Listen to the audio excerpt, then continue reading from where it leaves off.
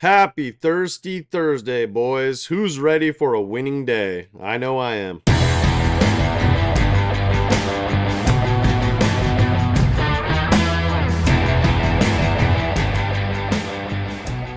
What's up, boys? It is Keystone coming at you with another free pick video. Decided to bring back the old OG. Let me know in the comments if you like it, or maybe I should just drop it. I don't know. I got rid of it for a reason, and I don't know why. So we're going to roll out. So I got a couple things today for you. I'm going to try to change the format of the way I'm doing these NBA videos just a little bit.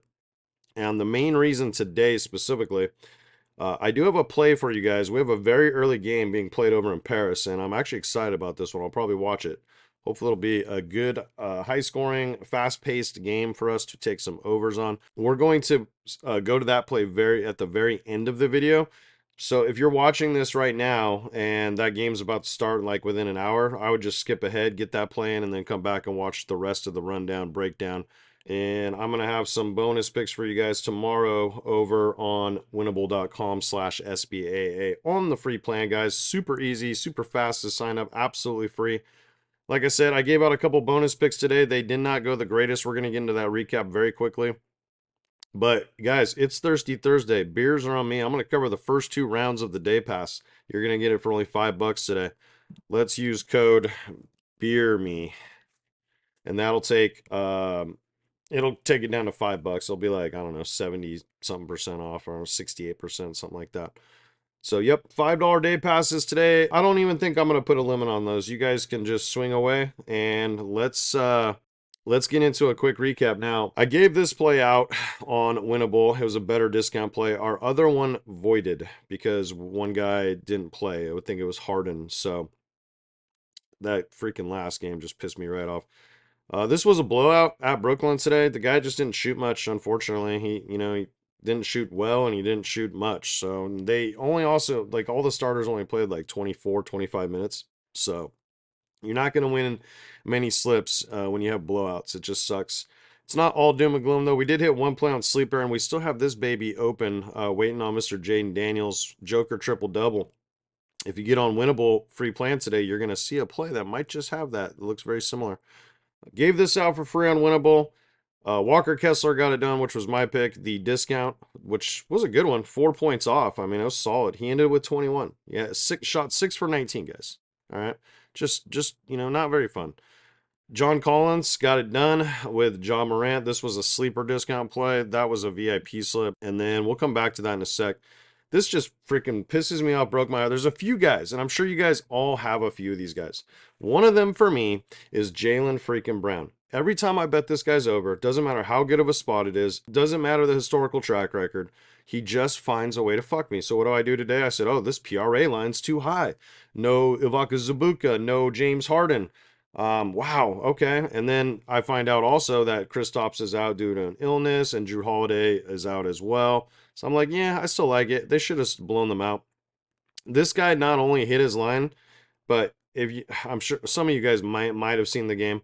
In the last 30 seconds, this dude turned the ball over, had an offensive foul, let them score. Then he had another one where like they had him trapped. It should have been a turnover. And he somehow like wiggles his way through, and they call a foul, and I'm like, all right, that didn't even really look like one. So he got 2 free throws. So he single-handedly like fucked up twice in the final 30 seconds.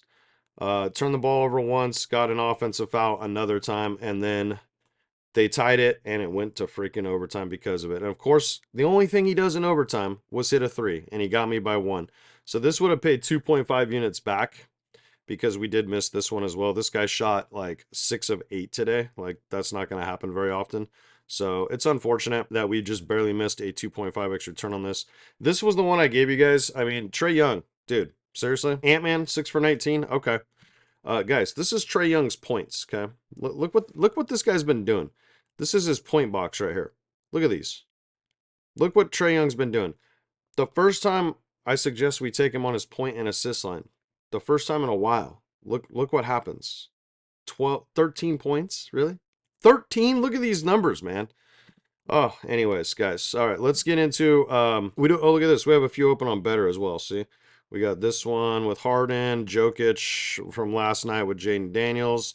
And then this is the other one I gave out for free. So actually, I take that back. It didn't void. It was our Baller Club one that voided. So yeah, I gave this play out for free. Hopefully Dawson Knox can deliver on Sunday against the Chiefs. I think he's going to. So this is that first game. I would lean the Spurs. It's being played in France. You guys got to understand, man. Like, this is where Wembanyama's from. This is his country, man. He's a Frenchman. Uh, you know, uh, I'm just saying, I expect him to. He's not been playing the greatest lately. He hasn't been anywhere hitting near his lines, and they're all inflated today because of the fact that the books know he's in France, and because this is a solid matchup against the Pacers. They kind of struggle with big men, especially a guy like him. They don't have a 7-footer to really compete with him, and Miles Turner is the closest thing they got, but he's not this like lockdown defender. So decent plus 2.5 to take. And then we're going to get into that slip. I have a slip prepared for you guys on this. And then I'm going to give you a couple leans because there's not a ton of lines out yet. We got Franz Wagner back. Now, it's going to be tricky because when Banchero first came back, they were limiting his minutes. I think they're going to do the same thing with Franz Wagner. So if you could get his like PRA 32 or under or something like that, I don't know what the line's going to be. That'd be my guess. I would consider it because he might only play 20 now. With that said, he was really freaking cooking before he got hurt. But it was a pretty significant injury. I believe he tore his oblique or something like that. So I doubt they just throw him back into the fire, especially against the Blazers in Orlando. So we'll see. I did make a money line bet. I really like this one actually, and I'm gonna give you guys that right now. So I actually put a big bet down on this one. This is a free pick for you guys. It's about negative 130 on most books. I'll just sell you on it real quick. I think the Heat, once again, Jimmy Butler just fucking is about to be suspended because he's a clown and he missed a team flight or something. I don't know what they're doing with this guy, but you're looking at Harrow. They're moving guys around. They're trying new starting lineups. They were even playing Bam, I think, at the 4 last game, if I saw that right. They looked absolutely egregious at home. I think it was against Portland. I watched some of that game.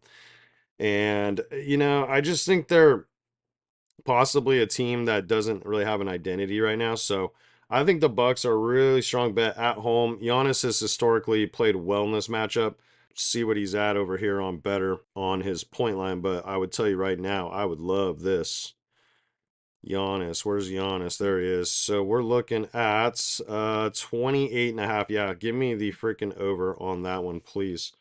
Sign me up for Giannis tomorrow. I believe that the Heat are actually giving up the 7th or 8th most, I can't quite see the screen, points to the power forward position. And Giannis ain't really like your traditional power forward. So, and then Denver, okay, so Sacramento had a tough game tonight. They played pretty, it was a really competitive game. Malik Monk is really playing well since he came into that starting lineup. But they did get the W. Again, they've been playing really well. I think that if you guys know, like when you go to altitude, man, like especially on a back-to-back, like it's just harder to breathe. The higher you get up into the mountains and shit, it's just hard, like it's harder to fucking breathe. So, you're talking they're probably on a flight right now, or they're gonna fly out first thing in the morning.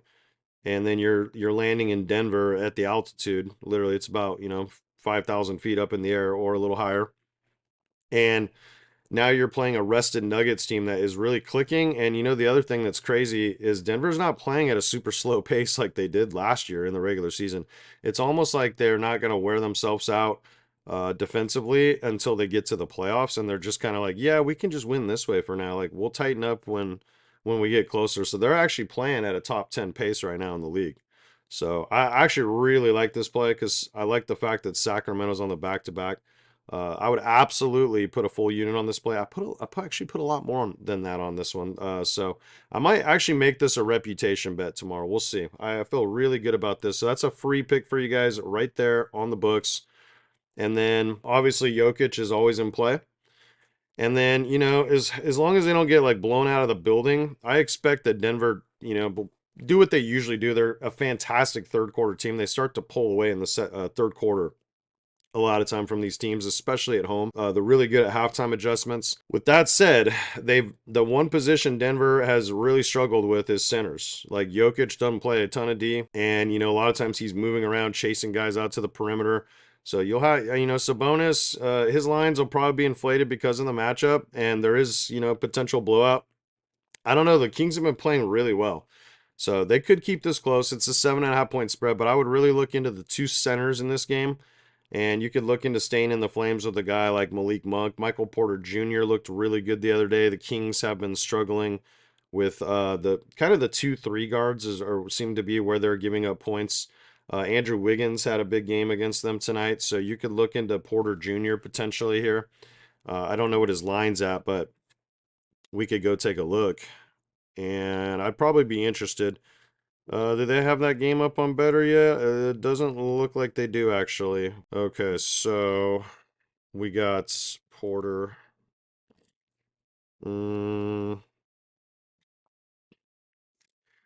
doesn't look like Prize Picks has him either. So, um, okay, so yeah, I mean that's pretty much it. I'd be very careful betting on this Lakers Boston game. We don't know who Boston's even gonna play, so Lakers are rested. They did play into overtime last night. This feels like a pretty good spot to back the Lakers +5 here. I think this is a solid bet. Celtics have struggled. If Porzingis is out, Horford's out, they've been giving up some production to the bigs, so I think that Anthony Davis is probably worth a look on his point line. It's probably inflated. Clippers are also on a back-to-back. They're down Zubac, Kawhi Leonard. Some of these guys should be back tomorrow though, so that's why this line is where it is. And then the Warriors are also going to be on a back-to-back. And I don't know, man. I don't know what their deal is. They can't score is a big problem, I think. But they gave up a decent game to Sabonis and Malik Monk tonight. Monk was playing really well. So, anyways, that's kind of a little rundown, some leans for you guys. I gave you guys a couple props I do like. I'm going to prepare a slip to give you for you guys tomorrow too. On winnable.com, like I mentioned. So let's get into that slip I do have prepared for you guys in this game in France. Starts at 1 p.m. Eastern time, so 2 p.m. Central. That's where I'm at Central time. So guys, Dabble has their $25 free offer. It's ending in 5 days, okay? Then it's going to go back to 10. So, I mean, honestly, you're going to thank me for signing up to this app. Dabble is literally like one of the best apps. And they're going to be even better, I think, for MLB. But these 6x entries, if you watch a lot of these smart DFS bettors, you watch guys that like some of the dudes on Odds Jam and stuff like that, you will see that there's a reason they just constantly throw out three pick plays. They don't mess around with twos. It might feel like it's harder to hit, but you start running the numbers over time, and there's just so much more upside with that extra X multiplier. Now, I would not play a 3-pick for 5X. I would not do that. At that point, I would go 10X on Prize Picks or Dabble. Dabble pays 10X for 4 picks as well. So get on Dabble, use promo code SBAA. There is a link down below if you want to sign up and get your free 25 bucks. So TJ McConnell is going to be, this is going to be like a different looking slip, but I really like this one. So what Dabble does is they have these push lines. So we have 1 block, 1 steal. If he gets 1, we push. He's done that 4 out of his last 5, okay? And then the last 2, he's gone over this. I mentioned that this game should have pretty solid pace. The Spurs and the Pacers both top half of the league. Now you can see if we focus on his overall lines, okay, we have it set at 1. He's been pushing this often, and he's gone over this in his last 2, and overall in his last like 7 or so, you can see he's gone over in a few of these. This is also, like I mentioned, going to be in Paris. So I don't know if you could really classify that as a away game, but he's gone over in 2 of his last 3 away. So I like this, a lot of it just for the pacing too. I think that's kind of a big deal. So that's going to be prop number 1, McConnell. And then what's going to end up happening, guys, so I'll explain it at the end so you guys can understand it a little better if you're new to this, and definitely new to Dabble. Dabble has super unique lines, okay? They really do. And this is one of them. So we're going to be taking Siakam, who's been really freaking rock solid for the Pacers lately. He's kind of that mid-range power forward, doesn't take a lot of threes, isn't the most aggressive rebounder, but you know what he's really good at doing? He's good at hitting shots in the mid-range, and he'll get some decent little second chance opportunities sometimes down low. But this is a weird prop that it wouldn't shock me if some of you guys have never even bet on one of these before. And it's what we need is 7 2-pointers made. I mentioned he does not take a ton of threes. He's not a guy that sits there and shoots a lot of threes. The absolute most you'll see him attempt in a game is probably like 4. You know, not the greatest three-point shooter either. So as you can see, he's gone over this in 4 out of his last 5. He did not hit. He got hooked on this last game. But I wanted to show you guys over here. This is actually his point line, but we're going to kind of use it as a reference point. And you can see he's been hitting his point line. So I don't mind it if you want to go that. I really don't. But I'll show you why I think that taking this 2-pointer is a pretty solid idea. So you can see this is basically where these Spurs are giving up production. So you can see right here underneath the basket in the key, all around this mid-range area right here. This is where Siakam lives, is right around here. And he'll take some, like, you know, jumpers right on this part of the floor too. Opposition's defense, 29th in this area. This is where Siakam lives, okay? And if you see down here, if you add up how Siakam's scoring, okay? 20% of his points are coming in transition. This is where the Spurs rank out of the teams in the NBA. Post up, I mentioned right in that little circle right there inside the 3-point line, but out of the key, 23rd. So they're giving up a lot there. But this one's the one I really noticed. So in his last game, he had 11 free throws. The Spurs are giving up the fewest free throws. I think this is a really good shot here. And if you see here too, the pick and roll. So you have 11%. You have 19%. So let's just call that 30 and we'll call this 20. So 50% of his points, the Spurs are basically in bottom third categories of opposition defensive rank. So I think you're going to see Siakam hit. And in his last game, there's not a huge track record. I don't want to go too far back. He played them last year. His last game he played them, I believe he went 11 for 19 from the fields, and 10 of those were 2-pointers.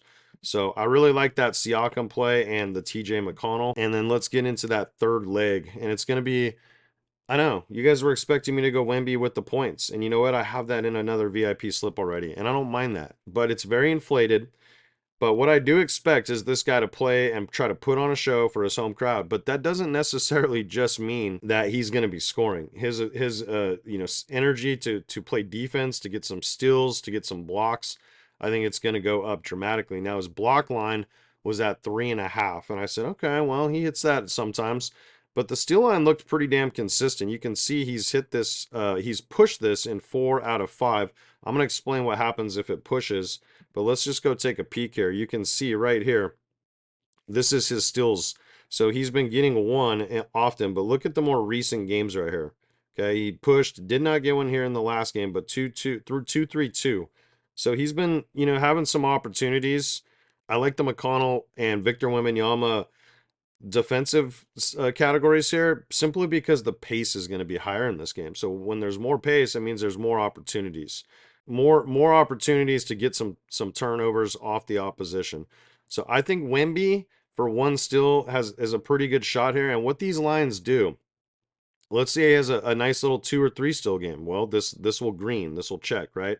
If he only gets one, this will push. So the real key to this lineup, I think, I'm very confident that this will at least at the bare minimum push, and so will this. So what we need at that point is we need Siakam to just hit this. If these two push and Siakam hits, we'll get I think it's like a very small profit. If one of these guys goes over, though, like say McConnell goes for 2, Wemby gets 1, and Siakam hits, this will still pay 3x our money. Okay, so it's kind of like a safe lineup with built-in upside. You see what I'm saying? So this could easily hit 4 or 6x. And here is your slip. I decided yesterday I was going to give out my Dabble publicly. So this is, if you want to, you know, get over there and follow me, this is what I'm up to. And sometimes I'll delay the plays and hide them. So I'll give my VIPs a head start on you guys. But yeah, there's my public Dabble now that it's live in Tennessee. And I don't have to send all my plays to my handler in California. I feel pretty good about that, guys. So this is going to be that free pick for the Pacers Spurs game. Remember, it does start early. So lock in quick, and then also head over to winnable.com. Get on the free plan. I'm going to send you guys a couple bonus plays tomorrow. You can also just get on the day pass, and you'll get every single slip that I set. So, all right, boys, that's all I got for you. Peace.